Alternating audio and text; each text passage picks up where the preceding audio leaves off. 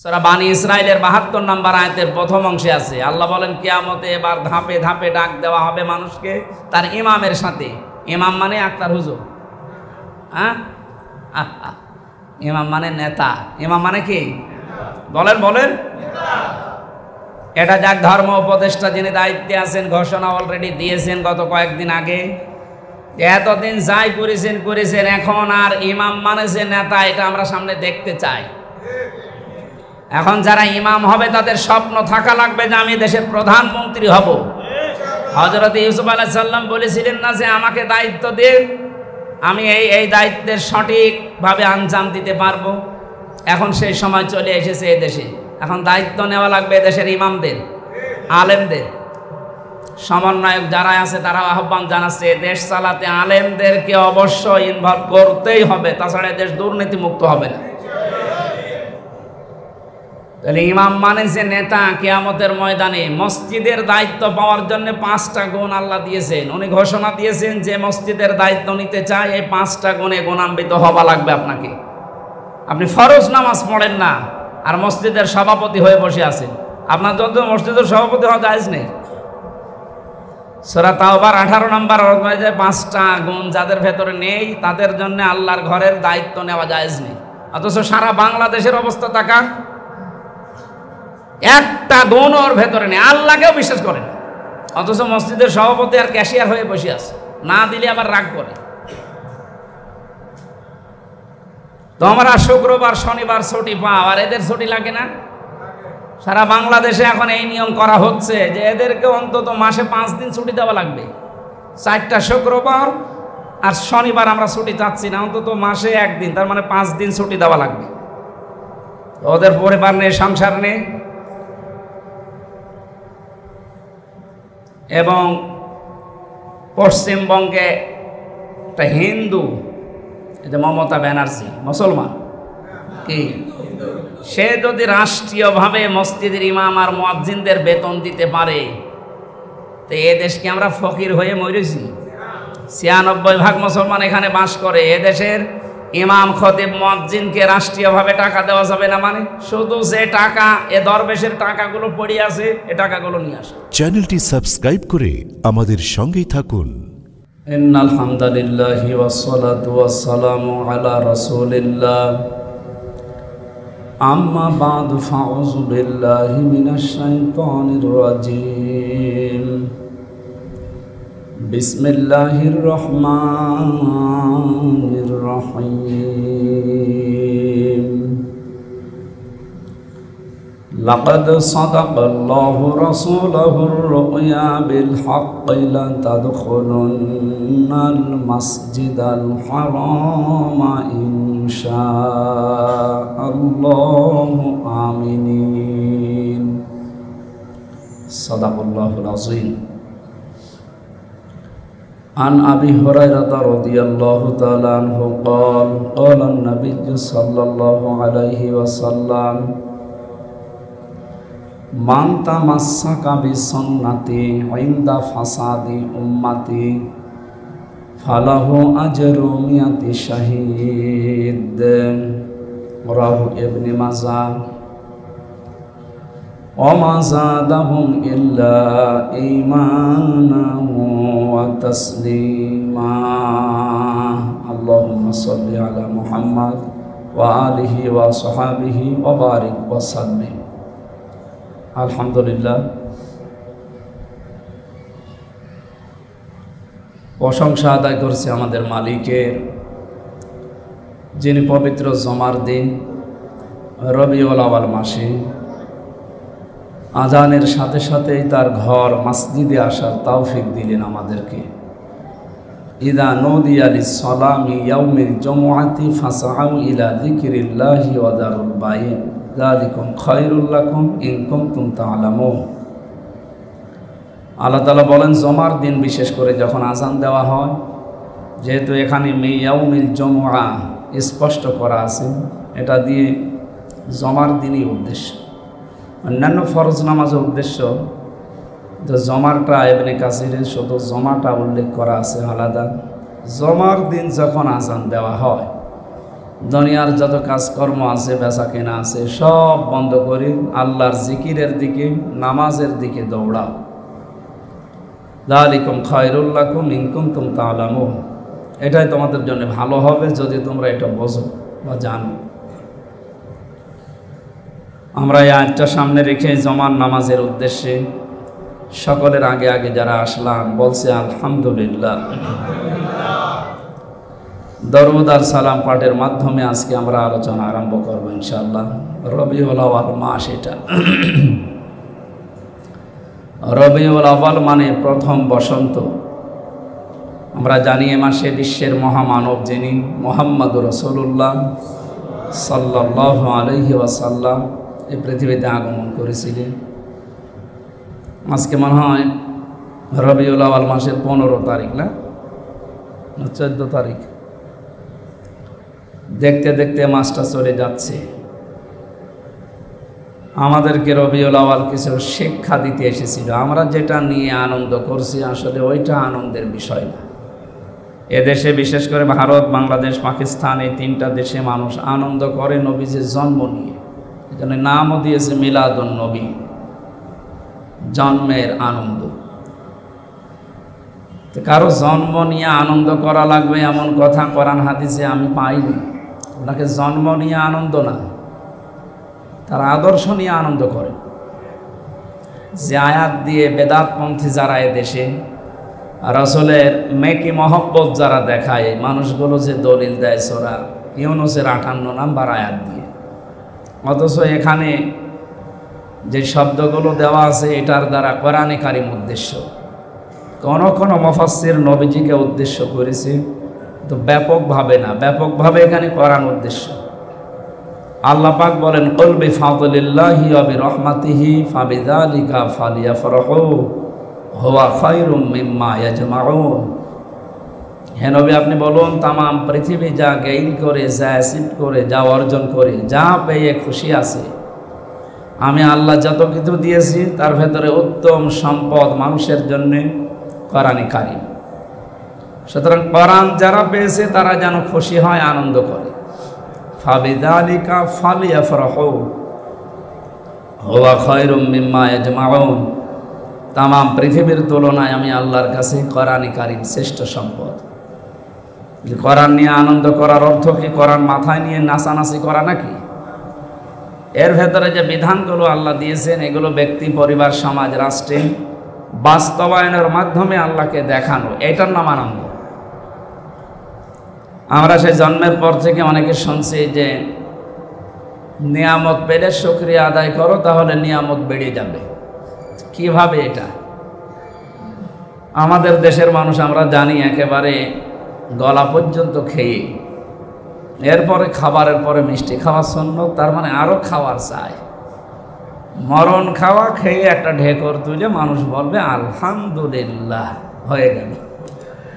এটা তো নিয়ামতের শুকরিয়া আদায়ের একটা বাক্য। কেউ যদি নিয়ামতের শুকরিয়া আদায় করতে চায়, লাইন শাকারতুম লাযীদান্নাকুম, লামে তাকিদ নুনে সাকিলা, আল্লাহ তাআলা গ্যারান্টি দিয়েছেন অবশ্যই আমি তোমাদের নিয়ামত বাড়িয়ে দেব যদি শুকরিয়া আদায় করো। তো শুকরিয়াটা কিভাবে আদায় হবে? তাফসিরে আয়াতে মুফাসসির লিখেছেন, হাক্কানিতে আছে 3টা পদ্ধতি। কেউ যদি কোনো নিয়ামত পেয়ে শুকরিয়া আদায় করতে চায়, পদ্ধতি কয়টা? জবাব দেবেন কয়টা? 1 নম্বরে আপনাকে স্বীকার করা লাগবে মুখে যে হ্যাঁ এটা নিয়ামত। এই যে আগস্ট মাসের 5 তারিখে যে নিয়ামতটা আল্লাহ আমাদেরকে দিলেন, এটা যে নিয়ামত এখনো অনেকে মানতে চায় না। এটা নিয়ামত না? নিয়ামত তো এদেশের 100 জনের 14 জন যারা এটা চায়নি তাদের কাছে না, বাকি 100 জনের 28 জন এখনো পাগলামি করছে অনেকে। 100 জনের 58 জন মানুষ আমরা এত খুশি। আমার মনে হয় আমার এই ছোট মেয়েটা যখন হয়েছিল ওই সময় যে খুশি হয়েছিলাম, 5 তারিখে আমার তার চাইতে বেশি আনন্দ লেগেছে। কি অবস্থায় ছিলাম বলেন তো? একটা স্বাধীন দেশে পরাধীন হয়েছিলাম। ডক্টর মোহাম্মদ ইউনূস ক্ষমতা নেওয়ার পরে, দায়িত্ব গ্রহণ করার পরের দিন সম্ভবত ঘোষণা দিয়েছিলেন এদেশে অন্যান্য ধর্মীয় অনুষ্ঠান যেভাবে বিনা বাধায় বিনা পারমিশনে মানুষ পালন করে নিরাপত্তার সাথে, ৯৬% মুসলমানের দেশে আমরা বাস করি। আল্লাহর কোরআনের কথাগুলো বলার জন্য কারো অনুমতি নেওয়ার প্রয়োজন নেই, আরও নিরাপত্তা দেওয়া হবে ইনশাআল্লাহ। এই কথাটা শোনার জন্যই তো আমরা ছিলাম। কোরআনে কারিমে আল্লাহ জানিয়েছেন কালিমাতুল্লাহি হিয়াল উলিয়া, আমার কথা থাকবে উপরে। অথচ 15.5 বছর এবং এর আগেও কিছু সময় আমরা দেখেছিলাম আল্লাহর কথা উপরে নেই, ওখানে আন্দাজে উল্টাপাল্টা জিনিস লাগিয়ে রাখে। অথচ এখন ডক্টর মোহাম্মদ ইউনূসের মাথার উপরে লেখা আছে লা ইলাহা ইল্লাল্লাহু মুহাম্মাদুর রাসূলুল্লাহ। আমরা তো এইটাই চাই, কোরআন যেটা চাই আমরা এইটা পেলে আনন্দ, এইটা পেলে আমরা খুশি। কোরআনের বাইরে যেটা থাকবে সে যেই হোক আমরা নারাজ। এই যে গতকালকের মনে হয় রিপোর্ট একটা বেরিয়েছে, 100 জনের 14 জন এদেশে এখনো আনন্দিত হতে পারে না এই দ্বিতীয় বিজয় দিবসে। 100 জনের 8 জন এরা খুব তাড়াহুড়া করছে, না যে যাই করে করুক গা, আমাদেরকে তাড়াতাড়ি থালা হাতে দিন। 100 জনের 58 জন যারা আছে খুশি খুব বেশি, এরা বলছে না আমরা যৌক্তিক সময় দিতে চাই, কারণ এই সমস্ত জায়গাগুলো সংস্কার না করে যদি আবার আপনি থালা হাতে নিতে চান, ও দেখা যাচ্ছে যে 15 বছর যা হয়েছে দিনের ভোট রাতে হয়ে যাবে। বৈষম্য বিরোধী ছাত্র আন্দোলনে যারা জীবন দিয়ে শহীদ হয়ে গেলে প্রায় 1000-এর উপরে, এখনো 2700-এর উপরে হাসপাতালের বেডে কাতরাচ্ছে যারাই জীবন দিয়েছে। আমি কয়েকদিন আগে শহীদ আবু সাইদের কবরে গিয়েছিলাম, রংপুরে শহীদ মুগ্ধর কবরে গিয়েছিলাম। এই জায়গাগুলো দেখে এসে এনারা যে স্বাধীন করে আমাদেরকে দেশটা উপহার দিয়ে গেলেন, এখন এই যে কোরআনের কথা বলতে আর 14 জায়গায় অনুমতি নেওয়া লাগে না। এরপরে যাদের কাছে অনুমতি নেওয়া লাগতো, এ কি মানুষের ভেতরে পড়ে? আমার তো ওগুলো মানুষ মনে হয় না, যারা আল্লাহরও ভুল ধরে। আপনারা জানেন 3টা বছর আমি জেলে ছিলাম, রিমান্ডে ছিলাম যে কয়েকদিন। আমাকে যারা রিমান্ডে জেরা করত এরা মুসলমান নামে। এই কাউন্টার টেরোরিজমের এখানে ছিল দায়িত্বে আসাদুজ্জামান, কি সুন্দর নাম দেখেছেন, জামানার বাঘ। আসাদুজ্জামান মানে কি? যোগের বাঘ। এই লোকটা আল্লাহর ভুল ধরত না, এই আল্লাহর এটা ঠিক হয়। এরপরে আর একজন অফিসার পেয়েছিলাম, বিশ্বনন্দিত মুফাসসির কোরআন শহীদ আল্লামা দেলাওয়ার হোসাইন সাইদি রহমতুল্লাহ আলাইহি। তার সাথে এক মহিলা যুবতী মেয়ের কণ্ঠ লাগিয়ে, ওরা কিভাবে কি এডিটিং করে জানি না, ওগুলো এসে আমার শোনাতে দেখে তোমাদের বড় হুজুর যদি এরকম চরিত্রহীন হয় তাহলে ছোট হুজুরগুলো কি? ওদের দুর্বিসন্ধি ছিল অনেক ভেতরের। আপনি কোনো আলেমকে ধরে মেরে ফেলবেন, মেরে ফেলেন, কিন্তু তাকে জেল জরিমানা মেরে ফেলার আগে এমন এমন দোষ তার উপরে চাপিয়ে দেয় যেন পরবর্তী প্রজন্ম বোঝে যে বড় হুজুরে যদি এই হয় তো ছোট হুজুর আরো 2 নাম্বার, ওর কাছে যাওয়া যাবে। এই দুর্বিসন্ধি নিয়ে তারা এগিয়ে যাচ্ছিল। আল্লাহ হঠাৎ করে ছেদ কেটে দিয়েছে। কোরআনে কারিমে আল্লাহ জানিয়েছেন ওয়ালা ইয়াহসাবান্নাল্লাযীনা কাফারু আন্নামা নুমলি লাহুম খায়রুল লিআনফুসিহিম ইন্নামা নুমলি লাহুম লিয়াজদাদু ইসমা ওয়া লাহুম আযাবুম মুহিন।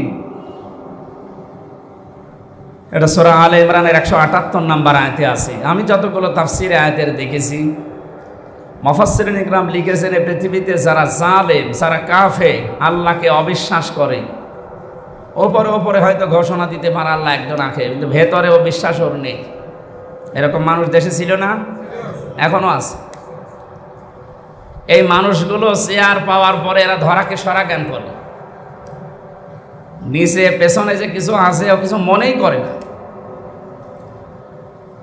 এরা এদের ক্ষমতাকে, এদের চেয়ারকে, এদের প্রভাব প্রতিপত্তিকে মনে করে যে এটা দয়া আমাদের উপরে, এটা আমাদের উপরে রহমত, এটা আমাদের জন্য ভালো। আল্লাহ বলেন না, এদের এই ক্ষমতা দিয়ে, এদেরকে চেয়ার দিয়ে, এদের টাকা পয়সা দিয়ে এদের জুলুমের মাত্রাগুলো আল্লাহ এত বাড়িয়ে দেয়, লিয়াজদাদু ইসমা, ওদের পাপ একেবারে সব উজে যায়, সব উড়ে যায়, পরিপূর্ণ হয়ে যায়। আল্লাহুম আযাবুম মুহিন, তখন আমি আল্লাহ এদেরকে অপমানজনক শাস্তির ভেতরে ফেলে দেই। এই আয়াতটা যে এত বাস্তব, এতদিন পড়েছি বিশ্বাস করতাম, কিন্তু এ 5 তারিখের পরে আমরা দেখতে পেলাম এর বাস্তব প্রমাণে কালামানিক বেশি পর্যন্ত উড়ে গেছে। একটা মানুষ সুপ্রিম কোর্টের বিচারপতি, আল্লাহ যে ওরে এত অপমান করবে, এই যে আল্লাহুম আযাবুম মুহিন একেবারে মিলে গেছে। কলার পাতা থেকে শুরু করি এখন যে অবস্থা, ও ছাতা বাঁচবে কিনা আল্লাহ জানে। আর যে জিনিস নেই ওর সংসার আর হবে?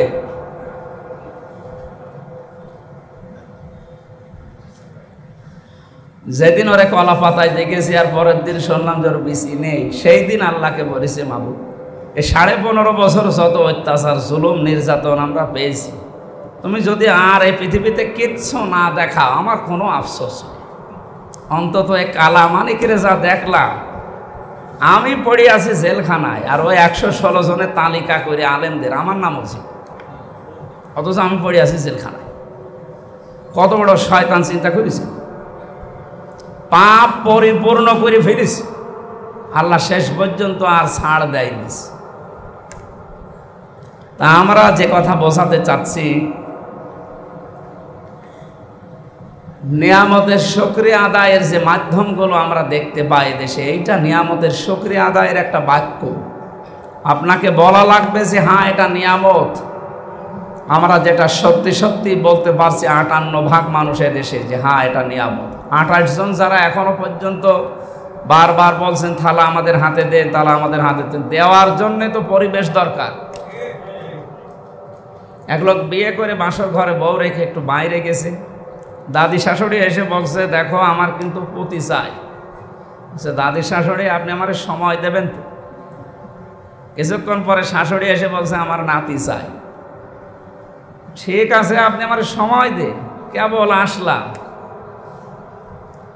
দেবর আর ননদ এসে বলছে ভাবি আমাদের ভাতিজা চাই। ঠিক আছে। স্বামী এবার এসে বলছে তুমি কি করবা জানি না, আমার কিন্তু বেবি চাই। বউ মুখ তুলে বলছে তোমরা কি সব পাগলের বংশ? আমি কেবল আসলাম, এখনো কিছুই হয়নি। এরপরে 10 মাস 10 দিন যাবে, তারপরে তো নাতি পুতি ভাতিজা বেবি। তা আমি কি ওগুলো ডাউনলোড করে নিয়ে আসবো? আমার সময় দিচ্ছেন না। আমরা যে 100 জনে 28 জন এখন যারা আছে জেনারেলে, এরা যে থালা চাচ্ছে এত তাড়াতাড়ি কেন? আমি তো সময় দে, 10 মাস 10 দিন যাক, বাসর তো হবে। তারপরে 1628টা চেয়ারে যারা ছিল সবগুলো দুর্নীতিগ্রস্ত মানুষ। কত বড় দুর্নীতিতে ভরপুর ছিল আপনি লক্ষ্য করেন। একটা দেশ কত রসাতলে গেলে কেন্দ্রীয় মসজিদের ইমামও পালিয়ে যায়। বায়তুল মুকাররমে ইমাম পালিয়েছে না? বলেন তো আর কে বাকি থাকবে? জাতীয় মসজিদের ইমাম যদি পালিয়ে যায় তার বাকি কেউ থাকার কথা? এইরকম পরিবেশ তৈরি করা, সেখান থেকে তো অন্তত ওনাদের যে বৈষম্য বিরোধী ছাত্র আন্দোলনের 9টা দফা ছিল, তার ভেতরে অন্যতম দফা এইটা যে আমরা সংস্কার চাই। কয়েকদিন আগে আমার মামলা সব খারিজ করে দিয়েছে, বেকসুর খালাস, আমার কোনো দোষ নেই, আদালত এটা জানিয়েছে। আমি দেখলাম, আমি তো ওই সময় ছিলাম এজলাসে দাঁড়িয়ে, বিচারপতি যিনি আছেন উনি এইগুলো দেখার পরে বলছে কি দেখে বিচার করবো, এর ভেতরে কোনো মাল নেই, বলো যা সব খালাস করে দিল। আমি বলতে গেলাম যে মাননীয় আদালত, এইটা তো এই 3 বছর আপনার কাছে ছিল, এই 3 বছর বহুবারে মামলা আপনার এই আদালতে উঠেছে, কিন্তু আপনি বলেছেন না, হবে না। হঠাৎ করে আপনি কি দেখলেন যে একেবারে সব বেকসুর খালাস করে দিচ্ছে? উনি এইটাই বলতো যে হুজুর আমার হাত বাঁধা। কি বাঁধা? এখন আমার হাত খোলা আছে, এখন অন্তত ন্যায় বিচার করতে আর বাধা নেই। আর আমরা এটাই চাই। এদেশে কারো হাত বাঁধা থাকবে না, সবার হাত আবু সাইদের মতো খোলা থাকবে ইনশাআল্লাহ। এই 1628টা চেয়ার যদি আজ এভাবে খোলা থাকে, আর এখানে যদি কোরআনে কারিমে নমান হাকামা বিহি আদালা, কোরআনের বিচার ব্যবস্থা কায়েম করতে পারেন, ন্যায় বিচার কারে বলে আপনি দেখতে পাবেন। আমির জামাত ডাক্তার শফিকুর রহমান ঘোষণা দিয়েছিলেন না যে অনেকে মেয়েদেরকে জুজুর ভয় দেখাচ্ছে, এখন ইসলাম যদি চলে আসে তোমাদের কিন্তু ঘরবন্দি করে ফেলবে। আর উনি ঘোষণা দিয়েছেন ইসলাম যদি সত্যি জায়গা মতো যায়, এদেশে সবচাইতে বেশি নিরাপদে থাকবে মেয়েরা। এই জন্য আমাদের উচিত উল্টাপাল্টা যারা ভয় দেখাচ্ছেন, যারা থালা চাচ্ছেন খুব তাড়াতাড়ি, একটু সময় দিন। যারা দায়িত্বে আছে, সংস্কার যখন আরম্ভ হয়েছে, আমরা চাই 100 জনের প্রায় 65টা জায়গা এখন সংস্কার হয়ে গেছে অলরেডি, আর বাকিটা হয়ে যাবে। যারা দায়িত্বে আছে আপনারা জানেন, খুব দূরদর্শী পরিপূর্ণ মানুষ এই লোকটা, কথা বলে কম, কিন্তু 2-1টা কথা যদি বলে একেবারে ছিঁড়ে যায়। আপনি কি মনে করছেন ও বুড়ো মানুষ 84 বছর বয়স কি করবে মানে এখনো ওনার যে তীক্ষ্ণ বুদ্ধি, তীক্ষ্ণ মেধা, বক্তব্যগুলো শোনেননি জাতির উদ্দেশ্যে ভাষণ দেওয়ার সময়? আমার তো মনে হয় ওনার এক একটা পয়েন্ট আমার এক একটা ওয়াজের মতো। আমি 1-1.5 ঘন্টা যা ওয়াজ করে ওর এক পয়েন্টের ভেতরে তাই আছে। সুতরাং ওনারা যখন দায়িত্ব নিয়েছেন, ডিস্টার্ব না করে আমরা সময় দিই। যারা ডিস্টার্ব করছেন আপনারা থামবেন। আপনাদেরকে কারা ডিস্টার্ব করাচ্ছে আমরা জানি। আনসার দিয়ে কিছুদিন ডিস্টার্ব করার চেষ্টা চালিয়েছিল। আনসার মানে কি? সাহায্যকারী। কি সাহায্য করলেন এই 16 বছর? এতদিন আপনার কোনো দাবি দেওয়া ছিল না, হঠাৎ করে এখন চাকার দিয়েছে। 42,000 আনসার নিয়োগ হয়েছে, তার ভেতরে 32,000 সব ওই আল্লাহর ওলির এলাকা। আমরা যে এখনো 63টা জেলার মানুষ আছি, আমরা কি ঘাস কাটবো? আমরা মানুষ না এদেশে? এই যে বৈষম্যগুলো তৈরি করেছিল, আমরা চাই সংস্কার যখন চলছে 1628টা চেয়ারের কেউ যেন বাকি না থাকে। সবগুলো জালেমের দোসরেরা, এদের কারণে জালেমরা জুলুম করতে সাহস পেয়েছে। এদের সবগুলো পাল্টানো হোক। এই জায়গাগুলোতে যারা এতদিন বৈষম্যর শিকার হয়ে ওএসডি হয়েছিল, ওই মানুষগুলোকে এনে ওখানে রিপ্লেস করবে। এদেশ দাঁড়িয়ে যাবে, কোনো অসুবিধা নেই। খালি বাইরের টাকাগুলো আনতে দেন। বহু টাকা পাচার হয়ে আছে, যারা টাকা আনার চেষ্টায় আছে, আমরা চেষ্টা চালাচ্ছি, দেখতে পাচ্ছি যে ওনারা পারবে। 4 ভাগের 3 ভাগ প্রায় প্রসেসিং হয়ে গেছে, যে টাকা বাইরে থেকে চলে আসবে। যারা টাকা আনতে পারবে না, তাদের বউ ছেলে মেয়ে রাষ্ট্রের কাজে লাগাতে হবে, কারণ তারাও এই জুলুমের থেকে অনেক কিছু ফায়দা নিয়েছে। আমাকে গ্রেপ্তার করার পরে আসাদুজ্জামান এই যে পাশে কাউন্টার টেররিজমের দায়িত্ব ছিল, ঘোষণা দিয়েছিল 10 লাখ টাকা দেন, নয়তো 50টা মামলা দেব। আমি প্রশ্ন করেছিলাম কি মামলা কই? আমার নামে তো নেই এদেশে। বলছে মামলা আমরা বানাবো। কোথায় ছিল বলেন আপনি? মামলা ওরা বানাবে নিজেরা, 50টা 50 জেলায় দেবে। মামুনুল হককে যেমন দিয়েছিল, আজকে নারায়ণগঞ্জে, কালকে কুমিল্লা, আজকে খুলনা, এদিকে চট্টগ্রাম, সারাদিন খালি দৌড়াদৌড়িতে শেষ। ওনারা তো দিয়েছে 34টা, আমারে বলেছিল 50টা দেব। শেষ পর্যন্ত বাবা টাকাও দিয়েছে, 10 লাখ চেয়েছিল, 8 লাখ পর্যন্ত দিয়েছে। টাকাও নিয়েছে, আবার নতুন করে মামলাও দিয়েছে, আবার রিমান্ডেও নিয়েছে। আর অত্যাচার তো এখানে অত্যাচারের বহু জায়গা আছে। আয়নাঘর শুধু নাম শুনছি যে ব্যারিস্টার আমান আজমিকে রেখেছিল। হ্যাঁ, আয়নাঘর তো আছে, ওটা ভয়ঙ্কর জায়গা। এখানেও আয়নাঘর আছে। কোনো জায়গা যেন আর বাকি না থাকে। যারা আছে এ নিরপরাধ মানুষকে সব ছেড়ে দেওয়া হোক। এখানে বহু মানুষের কান্নার আওয়াজ আমি পেয়েছি মাটির নিচে। আমার চোখ কালো কাপড় দিয়ে বেঁধে রেখে, হাত পেছনে হ্যান্ডকাপ দিয়ে বেঁধে, মাজায় দড়ি দিয়ে প্রায় 11 ঘন্টা টাঙিয়েছে। মাটিতে আমার পা রাখতে দেয়। শেষ পর্যন্ত আমার বলেছে আকিস গ্রুপের বিরুদ্ধে, আদ-দ্বীনের বিরুদ্ধে এবং জামাতি ইসলামের বিরুদ্ধে কথা বলা লাগবে। যদি না বলে ম্যাজিস্ট্রেটের কাছে যে আপনার বউ তুলে নিয়ে আনবো। তখন আমার বাচ্চার বয়স 7-8 মাস। কোথায় পৌঁছিয়েছে ওদের চরিত্র! এখনো পর্যন্ত যদি ওই সমস্ত জালেমদের দোসররা দায়িত্বে থাকে, ও চেয়ারগুলো ঠিক রাখবে? এই জন্য চাই যে এগুলো খুব তাড়াতাড়ি সংস্কার হোক। নিয়ামতের শুকরিয়া আদায়ের প্রথম মাধ্যমে আপনাকে কোনো নিয়ামত পেলে বলা লাগবে যে হ্যাঁ এটা নিয়ামত, আমরা এটা বলি। 5 তারিখের পর থেকে আজকের এই 20 তারিখ পর্যন্ত যা পেয়েছি এটা কি বলেন তো? নিয়ামত। আপনার কি স্বীকার করতে অসুবিধা আছে? হ্যাঁ, নিয়ামত পেয়ে শুকরিয়া আদায় না করলে আবার আল্লাহ কেড়ে নেবে। 2 নম্বরে আপনার অন্তরের ভেতরে একটা আলাদা আবেশ আসবে, আলাদা আনন্দ পাবেন, যেটা আমরা পাই, জালেমরা তো পাবে না। আল্লাহ পাক বলেন অনুনাজ্জিলু মিনাল কুরআনি মা হুয়া শিফাউ ওয়া রাহমাতুল লিল মুমিনিন ওয়া লা ইয়াজিদুজ যালিমিনা ইল্লা খাসারা। সূরা বনী ইসরাঈলের 82 নম্বর আয়াতে আল্লাহ জানিয়েছেন এই কোরআন নাযিল করার ধারাবাহিকতায় এমন এমন বিধান আমি দিয়েছি যেটা মুমিনদের জন্য রোগ মুক্তির কারণ হবে। আর জালেম যারা কোরআনের বিধান যদি তাদের কাছে যায় তাদের কোনো উপকার হবে না, শুধু ক্ষতি বৃদ্ধি হবে। এই জন্য কোরআনের নিয়ম নীতি দেখেন একটা একটা করে আস্তে আস্তে আসতেছে।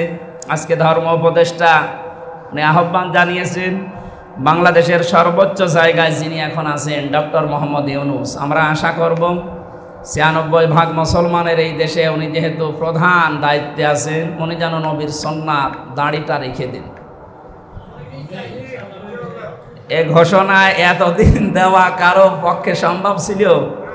অন্তত আল্লাহ একজন আলেমকে এখানে নিয়েছে, খুব বিচক্ষণ মানুষ, ডক্টর আফম খালিদ হোসেন। আল্লাহ তার হায়াতে তাজ্জেবা সিহাতে কল্লিয়া দান করুন।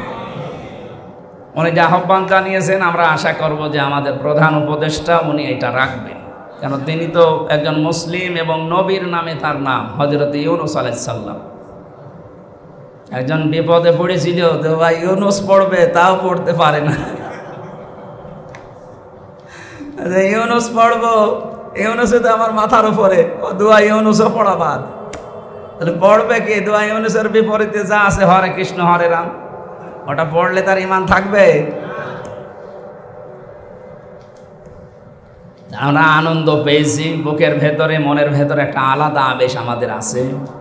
3 নম্বরে এই নিয়ামতের সর্বশেষ শুকরিয়া আদায়ের মাধ্যম হচ্ছে এটা, যেটার কারণে আপনি এটা পেলেন, এইটা তার পূর্ণতায় পৌঁছিয়ে দেওয়া লাগবে। বৈষম্য বিরোধী ছাত্র আন্দোলনে যারা নেতৃত্ব দিয়েছে, এখন দিচ্ছে, ভবিষ্যতেও যারা দেবে, আমি অনেকের সাথে এখন আলোচনায় আছি। সারা বাংলাদেশের প্রতিটি জেলায় আমাকে যাওয়া লাগছে, আর এখানে প্রধান অতিথি এনারাই থাকছে। কালকেও ফরিদপুরে বৈষম্য বিরোধী ছাত্র আন্দোলনের যারা সমন্বয়ক তারা ছিল, তারা আহ্বান জানিয়েছে আমাদের ভাইরা বোনেরা জীবন দিয়েছে, এটা এদেশের সবাইকে নিয়ে কাজ করা লাগবে। এবং আমরা যেহেতু ৯৬% এদেশে মুসলিম, মুসলিমদের যে নিয়ম কানুন আল্লাহ দিয়েছে এগুলো আমরা এই দেশে কায়েম করে আমরা দেখাতে চাই। এই দাবির পক্ষে আমরা নেই, তাহলে নিয়ামতের পরিপূর্ণ শুকরিয়া আদায় হবে। মান তামাসসাকা বিসুন্নতি ইনদা ফাসাদি উম্মতি ফালাহু আজরু মিয়াতি শাহীদ। আল্লাহ রাব্বুল আলামিন জানিয়েছেন নবীজির মাধ্যমে, বিশ্বনবী বলেন আমার উম্মতের যখন দুরবস্থা চলবে, এখন উম্মতের অবস্থা ভালো না দুরবস্থা? বলেন, কঠিন অবস্থা চলছে। এই দুরবস্থায় যারা একটা সুন্নাতকে জিন্দা করতে পারবে, মরা সুন্নাত, তাদের আমলনামায় ১০০ গলা কাটা শহীদের সওয়াব দেওয়া হবে। শহীদ এ শব্দ বোঝেন? এই যে শহীদ আবু সাঈদ জালেমের জুলুমের সামনে নিজের জীবন পর্যন্ত দিয়ে গেল, ওনার কি জীবনের কোনো মায়া ছিল না? সাঈদের বাবা আমারে বলছিল, হুজুর আপনি এসেছেন সেই কুষ্টিয়া থেকে, আমার এই ছেলেটা সে ছোটবেলা থেকেই প্রতিবাদী, ও এমনিতেই গরিব মানুষের ছেলে, কিন্তু ছোটবেলা থেকেই ও প্রতিবাদী, অন্যায় যেখানে ও প্রতিবাদ করতো সেখানে। এই জন্যে আল্লাহ মনে হয় ওর জীবন যৌবন ভালোবেসেছিল, ওকে আল্লাহ সাধারণভাবে মরণ দেয়নি, একেবারে শাহাদতের মরণ দিয়েছে। কথাটা যখন মনে এসেছে আমি কয়েক সেকেন্ডে বলি, শহীদ যারা হয় তাদেরকে কিন্তু আপনি মুখে বলতে পারবেন না যে না ও শহীদ হয়নি। কয়েকটা আলেমকে আমি দেখলাম যারা বাতিলের এতদিন ৫ গোলাম ছিল, আমি নাম নিলাম না, এরা বিভিন্ন অনুষ্ঠানে বলছে না শহীদ আবু সাঈদ এ শহীদ হয়নি, নিজের জীবন নিজের বুক পেতে আত্মহত্যা করেছে। আপনি কথা বলতে পারলেন?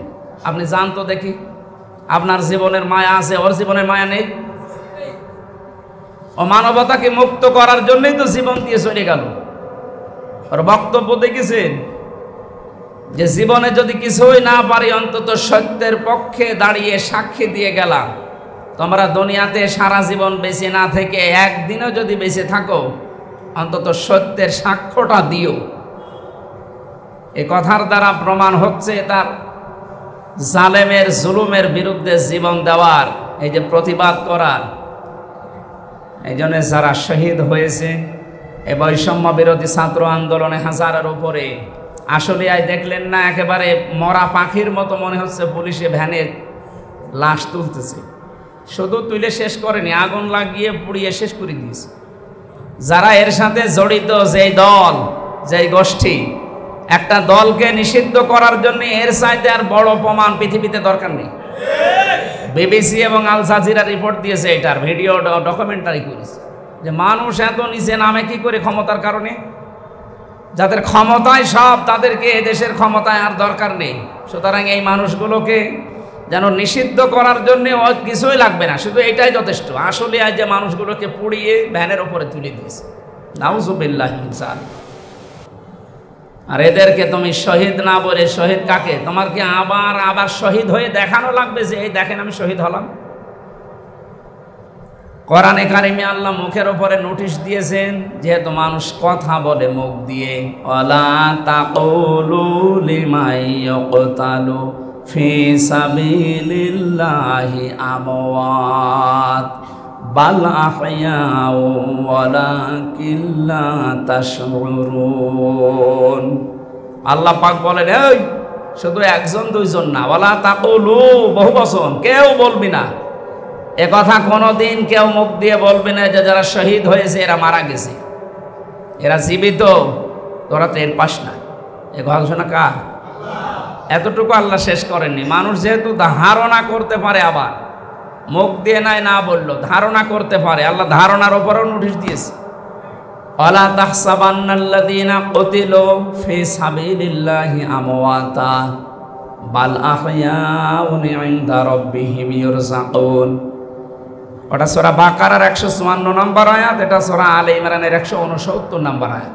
আল্লাহ বলেন ধারণাও করবা না, কেউ না। ওয়ালা তাহসাবান্নাল্লাযীনা কুতিলু, কেউ এই ধারণা করবা না যে যারা শহীদ হয়েছে তারা মারা গেছে, এ ধারণাও করা যাবে না। বালা হায়াউন, বরং তারা জীবিত। ইনদা রাব্বিহিম ইরযাকুন, এবং তারা তাদের রবের কাছে রিজিক পাচ্ছে। সুবহানাল্লাহ বলতে পারেন না? গত কয়েকদিন আগে গাইবান্ধায় একজন মুসলমান হয়েছে, এরপরে চুয়াডাঙ্গায় 2 জন, এরপরে দিনাজপুরে 10 জন। স্টেটে এসে এসে তারা ইসলাম ধর্ম গ্রহণ করছে। ওই দিন গাইবান্ধায় যিনি মুসলমান হলেন, ওই দিন থেকে আজকের দিন পর্যন্ত ওখানে একজন এসে বলেছিল 5 তারিখে একজন শহীদ হয়েছিল, সাব্বির শিবিরের সদস্য ছিল। এই ছেলেটা ওই দিন থেকে 1 মাস পরে তার লাশ কবরে দেওয়ার পরে দেখছে, কবর খোঁড়ার পরে কবর পাশেরটা খুঁড়তে গিয়ে ওটা ভেঙে গেছে, ফেনকি দিয়ে রক্ত বের হচ্ছে। আপনি বলেন তো, যদি এই মানুষটা 1 মাসের ভেতরে কিছু না খাবে তাহলে তার শরীরে রক্ত আসলো কোত্থেকে? উনি জামাতের শিবিরের চরমনার, আমি ওসব বলছি না, বলছি এইটা যদি শহীদ না হবে তাহলে 1 মাস পরে ওর শরীর থেকে রক্ত বের হলো, রক্ত পেল কোথায়? আল্লাহর ঘোষণা ছিল বালা হায়াউন, ওরা জীবিত, ইনদা রাব্বিহিম ইরযাকুন, তারা তার রবের কাছে রিজিক পায়। কারণ খাবার খেলে মানুষের রক্ত গোশত তৈরি হয়। কথা বলেন না কেন? তাহলে যারা শহীদ হয়েছে এদেরকে মরে গেছে বলা যাবে? ধারণা করা যাবে? ওনাদের এই রক্তের ঋণ যদি আমরা শোধ করতে চাই, এদেশে এখন যে মরা সুন্নাত আছে, এই সুন্নাতটা এখন জিন্দা করা দরকার। তাহলে আমরা 100 গলা কাটা এরকম আবু সাঈদের মতো শহীদের সওয়াব নিয়ে কিয়ামতে উঠতে পারবো। আমার এই ছোট্ট জীবনে আমি দেখেছি এই বাংলাদেশে মরা সুন্নাত। এই যে নবীর এখন জন্মের মাস এসেছে, অনেকে নবীকে ভালোবাসা আবেগ দিয়ে সুন্নাত মনে করে যা পালন করছেন, এটা মরা সুন্নাত না। নবীর জন্ম নিয়ে আনন্দ করা লাগবে, এটা মরা সুন্নাত না। টোপি মাথায় দেওয়া সুন্নত, এটা মরা না, এটা জীবিত আছে। কেউ দেয় কেউ দেয় না। এই যে জুব্বা গায়ে দিয়েছি, এটাও মরা না, কেউ দেয় কেউ দেয় না। খাবারের পরে মিষ্টি খাওয়া, এটাও মরা না, কেউ খায় কেউ খায় না। কথা বুঝতেছেন? আমার এই ছোট্ট দৃষ্টিতে মনে হয় একটা সুন্নাত মারা গেছে এদেশে। নবীজিতে 10 বছর কোরআন দিয়ে এদেশ চালিয়েছিলেন মদিনা, সেই সুন্নত তো বাংলাদেশে এখনো জারি হয়নি। এদেশ তো এখনো 1 বছরও কোরআন দিয়ে চলেনি। তাহলে এই সুন্নতকে জিন্দা করার জন্য আমাদের কোনো কিছু করার দরকার নেই, এটা শুধু ফেরেশতারা করবে। আর এই কথাটা বলতে গেলে আপনার কাছে রাজনীতি মনে হয়, এটা দুনিয়ার কাজ মনে হয়। আপনি মুড়িয়ে দেখেন, এটা যে দুনিয়ার কাজ না কোন জায়গার কাজ, আল্লাহ আপনাকে দেখাবে। কিয়ামতের যে প্রথম ধাপ আল্লাহ বানাবেন। আমাদের বাংলাদেশে বিচার ব্যবস্থায় 4টা রায় আমরা দেখি। জেলা শহরে যে সমস্ত জায়গাগুলোতে আছে, ওখানে ম্যাজিস্ট্রেট কোর্টের রায় হয়, এরপরে হয় জজ কোর্টে, ওখান থেকে না পেলে আপনি আসবেন ঢাকার হাইকোর্টে, এরপরে না পেলে যাবেন সুপ্রিম কোর্টে। কয় প্রকার হচ্ছে? আল্লাহ বলেন কিয়ামতে আমার যে বিচার ব্যবস্থা আমি 3 ভাগে ভাগ করব। প্রথম ধাপে মানুষকে বিচারের জন্য আমার সামনে ডাক দেব একা। কয়জন করে? অকুল্লুহুম আতিহি ইয়াউমাল কিয়ামাতি ফারদা। সূরা মরিয়মের 95 নম্বর আয়াত। কেউ থাকবে না আপনার সাথে, স্রেফ একা দাঁড়ানো লাগবে। এই আয়াত থেকে প্রমাণ হয় বাংলাদেশে যত মাজার ভক্ত মানুষ যারা মনে করেন যে কিয়ামতে আমার বাবা আছে, অসুবিধা নেই। আজকে একটা ভিডিও দেখছিলাম সকালে, চট্টগ্রামের একজন মনে বলছে মনকার নাকির যদি প্রশ্ন করে কিয়ামতে, কিয়ামতের দিন আমি বলবো যে আমি ছিলাম রেসভি বাবার লোক, আমার কোনো চিন্তা নেই। এটা এই আয়াতের সাথে পুরো সাংঘর্ষিক না? কিয়ামতে আল্লাহ আপনাকে একা ডাকবে, কোথায় রেসভি?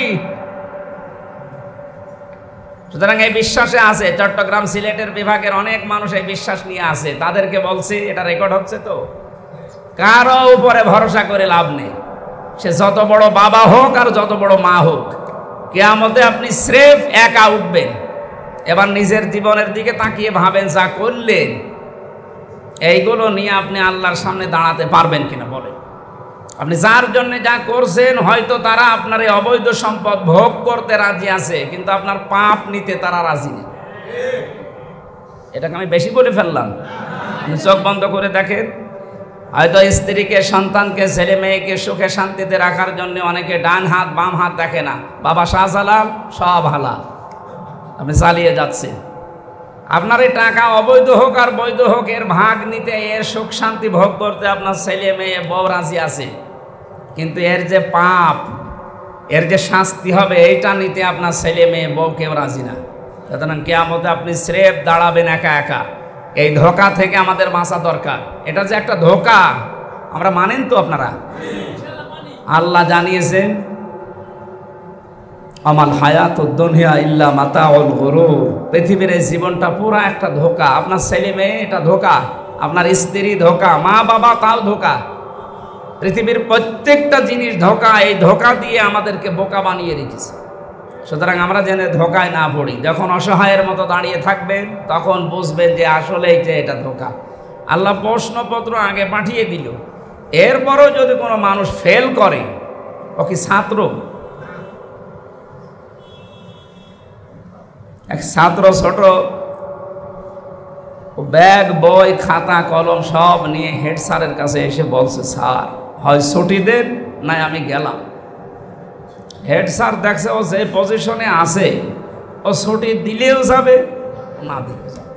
এই তোর ছুটি দেব, তোর রোল নাম্বার কত? স্যার 82। 82? ক্লাসে ছেলে কয়টা? 82টা। 82টা ছেলে ক্লাসে, আর তোর রোল নাম্বার 82। তোর জীবনের কোনো উদ্দেশ্য আছে? ও শুধু আসে বাবা মার ভয়ে, আর এসে ঘোরাঘুরি করে আবার পালিয়ে যায়। আমাদের রোল নাম্বার এরকম 82 হবে নাকি? আমরা 1, 2, 3-এর ভেতরে থাকতে চাই। সুতরাং এই ধোঁকাগুলো আমরা তো বুঝলাম যে আল্লাহ আগে প্রশ্নপত্র দিয়ে জানালেন যে এগুলো ধোঁকা। এদের পেছনে পড়তে যে হাউং আঙ্কেলের মতো কি এরকম উল্টাপাল্টা কাজ আমরা করব? কি আঙ্কেল জানো? How uncle. কি নাম দিয়েছেন দেখেছেন? এখন তো বাইরে যাওয়ার কোনো কায়দা নেই। ও লোকটা যদি এখন আসে কোনায়, বের হলেই কিন্তু ওর যে নাম 3 ইঞ্চি। সারা পৃথিবীতে জানে যে বাংলাদেশে একটা 3 ইঞ্চি আছে। মহিলারা পর্যন্ত জিকির করছে 3 ইঞ্চি 3 ইঞ্চি। আল্লাহ কোথায় নামিয়েছে বলে? একে আল্লাহ এত অপমান করার পেছনে কারণ আছে। আমার সাথে ওই ছোট হুজুরটা জেলে ছিল, প্রথম 2 মাস ছিল আমার সাথে। ওই যে রফিকুল ইসলাম মাদানি আমারে বলছিল, হামজা ভাই, আমার এই লোকটা লোকজন দিয়ে এই হাতির ঝিলে প্রায় 12:30টায় নিয়ে গেছে। ও তো ছোট মানুষ, বয়স আছে 27 বছর ওই সময়, এখন 30 বছর। হাওমাও করে কাঁদছিল আমার হাত ধরে। আমার এক রুমে ছিলাম আমরা। আমারে বলছে নিয়ে গেল আমার হাতের ঝিলে, 2 দিকে রাস্তা ব্লক করে দিয়ে আমার পুরা শরীরের সব কাপড় চোপড় খুলেছে, কিচ্ছু উলঙ্গ করি। একটা সিগারেট আমার হাতে ধরিয়ে দিল, আর একটা কোথা থেকে অর্ধ উলঙ্গ একটা মেয়ে লোক নিয়ে এসে আমার পাশে দাঁড় করিয়ে ছবি তুলতে আরম্ভ করল। বলছে এইটা আমরা সকালে ছেড়ে দেব, যে হুজুরের চরিত্র এরকম। যে এত অসহায় লাগছিল নিজের কাছে যে আমি কোন অবস্থায় আছি, আর এটা যদি সকালে ছড়িয়ে যায় কি মনে করবে দেশের মানুষ বলেন। এক এসআইকে ডাক দিয়ে বললাম যে ভাই, আপনারা যা করছেন এটা কি হারুন স্যার জানে? জানে না মানে? উনি তো করাচ্ছে, উনি এগুলো আমাদের করাচ্ছে, জানে না মানে? আচ্ছা, শেষ পর্যন্ত যেহেতু আমি মজলুম অসহায়, কান্না জড়িত কণ্ঠে বললাম, আল্লাহ আমার যা কিছু করলো তুমি এইরকম কিছু ওই লোকটাকে করো। আর নবীজি জানিয়েছেন, ইত্তাকি দাওয়াতাল মাজলুম, মাজলুমের বরদোয়া থেকে বেঁচে থাকবা। ফাইন্নাহা লাইসা বাইনাহু ওয়া বাইনাল্লাহি হিজাব, মাজলুমের বরদোয়া আর আল্লাহর মাঝে কোনো পর্দা থাকে না, সঙ্গে সঙ্গে কবুল হয়ে যায়। এই ছোট হুজুরের দোয়া যে কবুল হয়েছে, একে আর দেখানো লাগবে? বাস্তব প্রমাণ পেলাম। সম্মানিত উপস্থিতি, আমরা যেই কথা বলছিলাম, মানুষের জন্য যা করছে, যে বৈধ অবৈধ না দেখা দেখি করে কি হইল আপনার এই সম্পদ এখন আপনি ভোগ করতে পারছেন? এই যে দরবেশ বাবার দিকে তাকান, দাড়ি কেটে নম হয়ে গেছে। কি হইল তার এই সম্পদ? বাংলাদেশের শ্রেষ্ঠ ধনী ছিল, কি হচ্ছে এখন? তো ফলরে থাকা লাগছে জেলখানায়। আরও যেভাবে মানুষ পচা ডিম মারতেছে, আপনি আসেন, যত মামলা আপনার নামে আবার আদালতে ওঠেন, যত মানুষের ক্ষতি করেছেন, 36,000 কোটি টাকা তার ঋণ, এসব তো তার বাবার টাকা। কি করলেন? এই বৈধ অবৈধ দেখলেন না, টাকা উপায় করলেন। একটা মানুষের চলতে কয় টাকা লাগে? নাহলে তো এই জন্য গরুর দিয়েছে, এটা কিন্তু ধোকা, সাবধান থাকবা। কিয়ামতে আপনি যখন একা উঠবেন, স্রেফ কেউ থাকবে না। বলেন আপনার এই 60, 70, 80 বছরের জীবনে যা করলেন, নিজেকে এখন মিলান তো, যে আপনি সত্যি আল্লাহর সামনে দাঁড়িয়ে হিসাব দিতে পারবেন? না, পারবেন না। আমারে যদি বলে আল্লাহ যে হামজা তোরে আমি 2024 সালের আগস্ট মাসের 31 তারিখ পর্যন্ত মাফ করে দিলাম, যা তোর কোনো হিসাব দেওয়া লাগবে না, শুধু সেপ্টেম্বরের 1 থেকে 20, এই 20 দিনের হিসাব দিয়ে তুই জান্নাতে চলে গেলি। আমার 20 দিনের হিসাবে এখনো কন্ট্রোল করা সম্ভব হয়নি। আপনারা পারবেন না? আপনারা পারবেন। আপনারা 70-72 রাকাত নফল নামাজ পড়েন। গত পরশুদিন ছিলাম নারায়ণগঞ্জে, কি আল্লাহর বলি বলেন তো, ফরজ নামাজ পড়ে কিনা আমি জানি না, তোর 70-75 রাকাত নাকি ও তাহাজ্জুদ নামাজ পড়ে।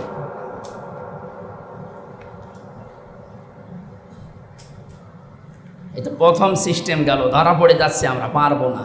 দ্বিতীয় সিস্টেমে, দ্বিতীয় ধাপে আল্লাহ এবার আর মানুষকে একা ডাকবে না, আল্লাহ এবার মানুষকে ডাকবে। ইয়াউমা নাদউ কুল্লা উনাসিন বিইমামিহিম, সূরা বানী ইসরাইলের 72 নম্বর আয়াতের প্রথম অংশে আছে। আল্লাহ বলেন কিয়ামতে এবার ধাপে ধাপে ডাক দেওয়া হবে মানুষকে তার ইমামের সাথে।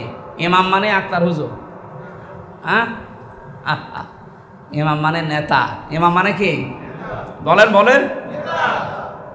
এটা যাক ধর্ম উপদেষ্টা যিনি দায়িত্বে আছেন, ঘোষণা অলরেডি দিয়েছেন গত কয়েকদিন আগে। এতদিন যাই করেছেন, এখন আর ইমাম মানে যে নেতা, এটা আমরা সামনে দেখতে চাই। এখন যারা ইমাম হবে তাদের স্বপ্ন থাকা লাগবে যে আমি দেশের প্রধানমন্ত্রী হব। হযরত ইউসুফ আলাইহিস সালাম বলেছিলেন না যে আমাকে দায়িত্ব দিন, আমি এই দায়িত্বের সঠিকভাবে আঞ্জাম দিতে পারবো। এখন সেই সময় চলে এসেছে এদেশে। এখন দায়িত্ব নেওয়া লাগবে দেশের ইমামদের, আলেমদের, সমন্বয়ক যারা আছে তারা আহ্বান জানাচ্ছে দেশ চালাতে আলেমদেরকে অবশ্যই ইনভলভ করতেই হবে, তাছাড়া দেশ দুর্নীতি মুক্ত হবে না। তাহলে ইমাম মানে যে নেতা, কিয়ামতের ময়দানে মসজিদের দায়িত্ব পাওয়ার জন্য 5টা গুণ আল্লাহ দিয়েছেন। উনি ঘোষণা দিয়েছেন যে মসজিদের দায়িত্ব নিতে চায় এই 5টা গুণে গুণান্বিত হওয়া লাগবে আপনাকে। আপনি ফরজ নামাজ পড়েন না আর মসজিদের সভাপতি হয়ে বসে আছেন, আপনার জন্য মসজিদের সভাপতি হওয়া জায়েজ নেই। সূরা তাওবার 18 নম্বর 5টা গুণ যাদের ভেতরে নেই তাদের জন্য আল্লাহর ঘরের দায়িত্ব নেওয়া জায়েজ নেই। অথচ সারা বাংলাদেশের অবস্থা তাকা, একটা গুণ ওর ভেতরে নেই, আল্লাহকেও বিশ্বাস করেন, অথচ মসজিদের সভাপতি আর ক্যাশিয়ার হয়ে বসে আছে, না দিলে আবার রাগ করে। তোমরা শুক্রবার শনিবার ছুটি পাও আর এদের ছুটি লাগে না? সারা বাংলাদেশে এখন এই নিয়ম করা হচ্ছে যে এদেরকে অন্তত মাসে 5 দিন ছুটি দেওয়া লাগবে। 4টা শুক্রবার আর শনিবার আমরা ছুটি চাচ্ছি না, অন্তত মাসে 1 দিন, তার মানে 5 দিন ছুটি দেওয়া লাগবে। ওদের পরিবার নেই, সংসার নেই। এবং পশ্চিমবঙ্গে একটা হিন্দু, এই যে মমতা ব্যানার্জি মুসলমান কি, সে যদি রাষ্ট্রীয়ভাবে মসজিদের ইমাম আর মুয়াজ্জিনদের বেতন দিতে পারে তো এ দেশকে আমরা ফকির হয়ে মরেছি। 96% মুসলমান এখানে বাস করে। এদেশের ইমাম খতিব মুয়াজ্জিনকে রাষ্ট্রীয়ভাবে টাকা দেওয়া যাবে না, মানে শুধু যে টাকা এ দরবেশের টাকাগুলো পড়ে আছে এ টাকাগুলো নিয়ে আসে। আপনি লক্ষ্য করেছেন 36,000 কোটি 32,000 কোটি টাকা লেগেছিল পদ্মা সেতু বানাতে। তার মানে ওই টাকা হলে আর একটা সেতু বানিয়ে আরো 4,000 কোটি টাকা থেকে যাবে। যত টাকা আত্মসাৎ করেছে এই টাকাগুলো এখন নিয়ে আসেন, এদেশে অন্তত 100 বছর ইমাম মুয়াজ্জিনদেরকে দিয়ে চালানো যাবে, কোনো অসুবিধা নেই। তাহলে তখন আর কেউ এই পেট মোটা ভড়ি মোটা এসে বলতে পারবে না, এ কথা বলার ক্ষমতা আর আপনার থাকবে না, কারণ দায়িত্ব নিয়েছে রাষ্ট্র। আর এইটাই আল্লাহর নিয়ম, নাকি এই নিয়মটা আমি বানালাম? কিয়ামতে যেহেতু আপনি আপনার নেতার সাথে উঠবেন, আগে থাকবে সামনে নেতা, এরপরে পেছনে আপনি। আপনার বিবেককে আমি প্রশ্ন করছি, মসজিদ তাতে কি? মসজিদ থেকে নবীজি রাষ্ট্র পরিচালনা করতেন। এই জন্য এই যে যেখানে বসে আছি মেম্বার, মেম্বার মানে কি? মেহরাব, এটা অস্ত্র রাখার জায়গা। তো অস্ত্র রাখে মানুষ কোথায়? আমরা মনে করি অস্ত্রাগার আছে, এটাও একটা অস্ত্রাগার। যেখান থেকে অস্ত্র রাখা যায় সেই জায়গায় রাষ্ট্র পরিচালনার কথা বলা যায় না? তা আপনি তো আমি চোখ লাগিয়ে দেখছি জাহান্নামে যাচ্ছেন, যার পেছনে আছেন বলেন তো এই লোকটা আপনার সামনে থাকবে কিয়ামতে। আপনি যাকে আদর্শ মানেন, যাকে ভোট দেবেন বলে আপনি আশা করে আছেন, যাকে নেতা মানেন, আপনি স্লোগান দেন যার পেছনে পড়ে, এই লোকটা সামনে থাকবে, পেছনে আপনি। কিয়ামতে আল্লাহ যদি ওরে দেখে কি মনে হবে বলেন? এই আইনমন্ত্রী আনিসুলকে যেদিন ধরে, ওর পাশেই তো দরবেশ ছিল, এমন অবস্থা ওরে চিনতে পারে। আনিসুল বলছে আমারে ধরবেন মানে? ওই দরবেশ কিসের দরবেশ? ও তো মাঝি না, আনিসুল ওর সালমান দরবেশ রে, আমরাই চিনতে পারছি না, ওর বউ তো চিনতে পারবে না। কি অবস্থা করেছিল! এইরকম সোরাত সিরাত নিয়ে যদি কিয়ামতে দরবেশ দাঁড়ায়, ওর পেছনে আপনি থাকবেন, কারণ আপনি স্লোগান দিতেন। এই কথা বলেন না কেন? যারে প্রশাসন চিনতে পারছে না, কিয়ামতের দিন আল্লাহ ওরা চিনতে পারবে যে কি কোনটা, এই এতদিন কি ছিল আর এখন কি দেখছি। এখন বলেন এই লোকটা যদি সামনে থাকে আপনার কি মনে হচ্ছে? এরে দেখে আল্লাহ কি মাফ করবে আপনার মনে হয়? শুধু এরে না, এরকম যারের চরিত্র আছে সোরাত সিরাতই চেনা যায় না। আর ভেতরের অবস্থা এত বাদ দিলাম, এদের চরিত্র যে এত নিচে নামতে পারে। আপনি আমারে দেখলেন না, আমারে বলছে আপনার বউ তুলি নিয়ে আনবেন, বলেন ওদের চরিত্র আছে? আমি এদেশে একটা পরিচিত মানুষদের ভেতরে একজন নাকি? এদেশে যদি 100 জন মানুষ চেনা জানা থাকে তার ভেতরে হামজা একজন না? ও পেটের ভেতর থেকেও বাচ্চারা বলে আসে যে না হামজা একজন আছে। তো এইরকম মানুষেরকে যদি এই আচরণ ওরা করতে পারে তো ওদের চরিত্র কোথায়? আর সেই লোক থাকবে আপনার সামনে আর তার পেছনে আপনি, ওরে দেখে ওর সুরাত সিরাত চরিত্র সব শেষ। ওরে দেখে আল্লাহ যদি রাগ হয় আপনার পর্যন্ত যাবেন। আপনি হিয়ালিপনা ইয়ারকি এইগুলো তামাশা মনে করেন না, কিয়ামতে এগুলো ঘটবে, কোরআনে আল্লাহ লিখে দিয়েছেন, সেইগুলোই আমি শোনাচ্ছি। এই জন্যে বলছি আপনি ঠিক করেন, যাকে মানেন এই লোকটা দেখে, যাকে দেখলে অন্তত আল্লাহর ভালো লাগে। এরকম মানুষ দেশে নেই? ডাক্তার শফিকুর রহমানের দিকে তাকালে আমার মনে হয় আল্লাহর কথা মনে হয়। কি আপনি তাকান না তার দিকে, দেখেন? অথচ লোকটা জেনারেল শিক্ষিত মানুষ, একটা ডাক্তার, তার সুরাত সিরাত চরিত্র তো আছে। তার চরিত্র, আমি ছিলাম তার পাশে, আমি দেখেছি তার ইবাদতের যে মাত্রা, এই লোকটার ইবাদতের যে মাত্রা, তার যে অ্যাক্টিভিটিস আল্লাহর প্রতি, মানে এই তাওয়াক্কুল এবং ইখলাস ভেতরে, এগুলো তো বাদই দিলাম, আছে 100 ভাগ। বাকি ওনার যে সুরাত সিরাত, এ দেখলেই তো আমারই মন ভরে যাচ্ছে। যারে দেখলে আল্লাহর কথা মনে হয় ওটা আল্লাহর ওলি। এর পেছনে যদি আপনি থাকেন, কিয়ামতে আল্লাহ যদি ওনার পেছনে আপনাকে দেখেন, ওনারে দেখে আল্লাহর ভালো লাগবে, শেষে আপনার দিকে তাকাবে না, বলবে যা মাফ করে দিলাম। এই জন্য আমাদের উচিত হচ্ছে এই দেশটা 10 বছর কোরআন দিয়ে চলুক, এটা একটা মরা সুন্নাত, এখনো জিন্দা হয়নি, এইটা কায়েম করার জন্য আমরা চেষ্টা চালাচ্ছি। এই জন্য আল্লাহর আইন এই দেশে কায়েম করার জন্য চেষ্টা করা এটা ফরজ, কায়েম করাই লাগবে, এটা ফরজ না। চেষ্টা করে যা, হলে ভালো, না হলে অসুবিধা নেই। আমরা যেহেতু এদেশের মালিক না, আমরা হচ্ছি কামলা, আমরা এই জমিনের মালিক, আমরা খাদেম, আল্লাহ দাস। আমরা চেষ্টা করে যাব, হলে ভালো, না হলে আমাদের বেতন দেওয়া লাগবে। আমাদের বেতনের নাম জান্নাত। বেতনের নাম কি? এই জন্যে এই দেশে দিন কায়েমের চেষ্টা করে যাওয়া এটা ফরজ, নামাজের মতো ফরজ। কারণ নামাজের চাইতেও বেশি, দিন কায়েম না থাকলে আপনার নামাজ পড়েও আপনি শান্তি পাবেন না, কোরআনের কথা বলেও শান্তি পাবেন না। এই যে 15 বছর দেখলেন না, 14 জায়গায় অনুমতি নেওয়া লাগতো, আর এখন কোনো অনুমতি নেই, তাও তো এখন কায়েম হয়নি। আর কায়েম হয়ে যাক, তখন রাষ্ট্রীয়ভাবে কোরআন প্রচারের মাধ্যম তৈরি করা হবে। অনেককে মনে মনে ভাবছে এখনো যে এটা যদি কায়েম হয়ে যায়, তখন আমি যে একটু লাল পানি মানি খাই, আমি যে একটু ডাইল মাইল খাই, আমি একটু বিড়ি সিগারেট খাই আঁকিছেন, এইগুলো কি হবে? হ্যাঁ, এগুলো কি হবে? এবার শোনেন, পরিবেশ আল্লাহ কোরআনে কারিম যদি এদেশে আসে, এমনভাবে তৈরি হয়ে যাবে, এই মসজিদের ভেতরে যারা আছে, বিড়িখোর মানুষ নেই? আকিজের বিড়ি খান কারা একটু দেখি? থাক, ঠিক আছে, খান, ওটাই খুব বেশি অসুবিধা নেই। বাবা শাহজালাল আমাদের জন্য হালাল না, খান। এখন এই যে বিড়ি যে লোকটা খায়, এই লোকটা তো এখন মসজিদে এসেছে, এই লোকটার তো নেশা আছে, একে এখন বিড়ি ধরাতে পারবে? বলেন বলেন। যাদের এই বাবা মাবা খাওয়ার অভ্যাস আছে, ওরা কি এখানে এসে বাবা খেতে পারবে?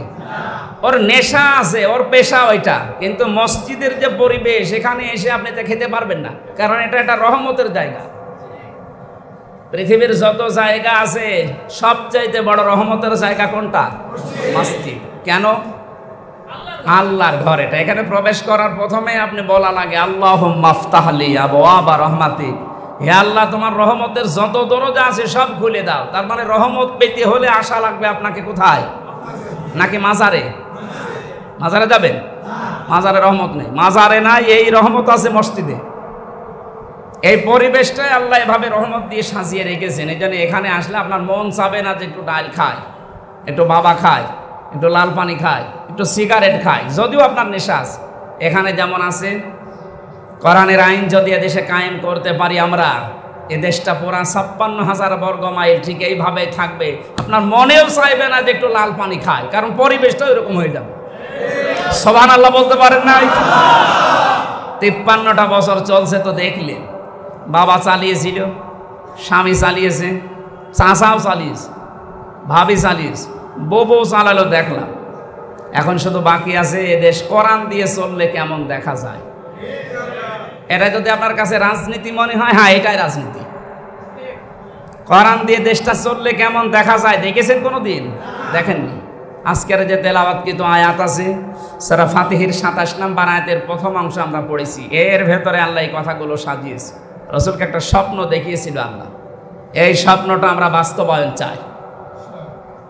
লা তাদখুলুন্নাল মাসজিদাল হারামা ইনশাআল্লাহু আমিনিন। আল্লাহ পাক বলেন, হে নবী, নিরাপত্তার সাথে আপনি মসজিদে হারামে প্রবেশ করবেন একেবারে আল্লাহর ইচ্ছায়, কেউ আপনাকে বাধা দেবে না। শান্তি, স্বস্তি, নিরাপত্তা নিয়ে আপনি থাকবেন। যেহেতু তামাম পৃথিবীর সব জায়গা মুমিনদের জন্য মসজিদ, পুরা জমিনটা মুমিনের জন্য কি, ইচ্ছা হলে আপনি যেখানে সেখানে সেজদা দিয়ে নামাজ পড়তে পারবেন, কোনো অসুবিধা নেই, খালি জায়গাটা পাক থাকা লাগবে। তাহলে ইনশাআল্লাহু আমিনিন আল্লাহ দিয়েছেন, লা তাদখুলুন্নাল মাসজিদাল হারাম। ওখানে আল্লাহ যদিও মসজিদে হারামকে উদ্দেশ্য করে জানিয়েছেন লামে তাকিদ দিয়ে, যে আপনি নিরাপত্তার সাথে প্রবেশ করবেন, কোনো রকমের ভয় ভীতি থাকবে না। এই জন্য মসজিদে হারামের এরিয়াতে লেখা আছে না হাজী সাহেব, যেটা নিরাপত্তার শহর, এখানে আসলে আপনি নিরাপত্তা পেয়ে যাবেন। আমরা চাই 56,000 বর্গ মাইল, ওখানে যেমন নিরাপত্তা দিয়ে আল্লাহ বেষ্টনী দিয়ে রেখেছে, এখানে যা আল্লাহর বিধান কায়েম হয়, প্রায় এই 56,000 বর্গ মাইল নিরাপত্তার দেশ হিসাবে পরিগণিত হয়ে যাবে, কোনো অসুবিধা থাকবে না। টেকনাফ থেকে তেঁতুলিয়া পর্যন্ত মেয়েরা ছেলেরা যে যা নিয়ে হেঁটে যাবে, শুধু আল্লাহর ভয় ছাড়া কারো ভয় থাকবে না। সেই পরিবেশ সামনে ইনশাল্লাহ আসতেছে, আমরা ওইটা দেখতে চাই। দেখতে চাই না? কারণ এতদিন তো দেখেছি অনেকের বলি না, একটাও কার্যকারী হয়নি। কারণ মানুষের তৈরি করা নিয়ম নীতি যেটা হয় না, ওটা হওয়ার জন্য আল্লাহর আইন লাগে। কোরআনে কারিমে রাসূলকে আল্লাহ যে স্বপ্ন দেখিয়েছিলেন, লাকাদ সাদাকাল্লাহু রাসূলাহুর রুয়া বিল হক, হে নবী আপনাকে অবশ্যই আমি যে স্বপ্নটা দেখালাম এটার বাস্তবায়ন আমি করব। এখানে কর্তা বা ফাইল সরাসরি কে? লাকাদ শব্দ দিয়ে আল্লাহ আয়াত আরম্ভ করেছেন। সুতরাং এখন তো নবী নেই, নবী আছে। আমি শেষ করছি, খুব গুরুত্বপূর্ণ বিষয়। আল্লাহ যে বললেন রাসূলাহু বিল হক, রাসূলাহুর রুয়া বিল হক, রাসূলকে আমি স্বপ্ন দেখিয়েছি, এই স্বপ্নকে আমি সত্যে বাস্তবায়ন করবই। এটা করার দায়িত্ব দুনিয়ার মানুষের না, কার? আল্লাহ নিজে দায়িত্ব নিচ্ছে। যেহেতু রাসূল এখন নেই, আছে? রাসূলের নায়েব আছে না? আলেম ওলামা রাসূলের নায়েব, উত্তরাধিকারী, ওয়ারিস। রাসূল স্বপ্ন দেখলে আল্লাহ যদি বাস্তবায়ন করে, তার নায়েবরা যদি স্বপ্ন দেখে, ওটা বাস্তবায়ন করবে না? সুতরাং রাসূলের নায়েব যারা এদেশে স্বপ্ন দেখেছে, এখন দেখছে। কোরআনের পাখি স্বপ্ন দেখেছিল, এই দূরের গর্থ পাবে না জালেমরা, ঠিক স্বপ্ন বাস্তবায়ন হয়ে গেছে। এখন জালেমরা এই দূরের গর্থ পায় না। কোথায় থাকবেন আপনি? উনি স্বপ্ন দেখেছিল শুধু নাড়া দেওয়া হবে, দিল্লি গিয়ে পড়বেন, ঠিক স্বপ্ন বাস্তবায়ন হয়ে গেছে। ওনারা আরো আর একটা স্বপ্নের কথা জনগণকে জানিয়েছেন, যে জালেমদের নাকের ডগায় পথ পথ করে কালেমার পতাকা উঠবে। এই স্বপ্নটাও বাস্তবায়ন হতে যাচ্ছে ইনশাআল্লাহ। কারণ নবীদের স্বপ্ন আল্লাহ যেমন বাস্তবায়ন করে দেখিয়েছে, নবীর নায়েবদের স্বপ্ন আল্লাহ দেখাবে। আর ওই আশায় আমরা আছি। আল্লাহ যেন আমাদের আশাটা নিরাশা করে না দেয়, ধ্বংস করে না দেয়, নষ্ট করে না দেয়। ওনার কাছে আমাদের বড় আশা। কোরআনে কারিমে আল্লাহ জানিয়েছেন, এই যে সূরা মরিয়মের 2 নম্বর আয়াত কি? হে আল্লাহ, আমি তোমাকে ডেকে কোনোদিন ব্যর্থ হইনি। আমরা মন থেকে আশা করছি আল্লাহ চর্ম চোখে যেন দেখতে পারি যে এই দেশটা তোমার কালাম দিয়ে চলছে। এটা একটা মিনি জান্নাত হয়ে যাবে, এই আশা ব্যক্ত করি। আয়াতের পরবর্তী কথা, আমি তো এখানে নিয়মিত না, সামনে কি হবে আমি জানি না। আমি জমার নামাজ একটা আমার কথা দেওয়া আছে মিরপুর 10-এ জোটপট্টি যে মসজিদ আছে, বাইতুস সুজুদ মসজিদ, ওখানে প্রায় 14-15 হাজার মানুষ আসে। আমাদের কাছে একটা কথা দেওয়া আছে, হয়তো মাসে ওখানে 1 দিন বা 2 দিন দেওয়া লাগবে, আর এখানে হয়তো 2 দিন। এইভাবে দেখি দায়িত্বে যিনি আছেন ডক্টর মহিউদ্দিন স্যারের সাথে আমরা কথা বলব। কারণ সারা দেশে যাওয়া লাগে, আমারও শরীর পারছে না এখন। এই স্বাধীন হওয়ার পর থেকে খুব চাপে আছে, মানে প্রতিদিন 2টা-3টা করার পরেও হচ্ছে না। এতদিন তো প্রায় 24-25টা জেলায় ঢুকতে দিত না, ওই জেলাগুলো এখন ওপেন, তো ওরা এখন পাগলের মতো। এই মসজিদে অনেকে দাওয়াত নেওয়ার জন্য এসেছেন, আমার দাওয়াত এখন আর খালি নেই। অন্তত মে মাস পর্যন্ত পড়াটা নেওয়া আছে, আপনারা আমার মাফ করেন, আগামী বছরে আবার নেবেন। আমি আজকের মতো শেষ করছি। সুন্নাত পড়েছেন নাকি পড়বেন?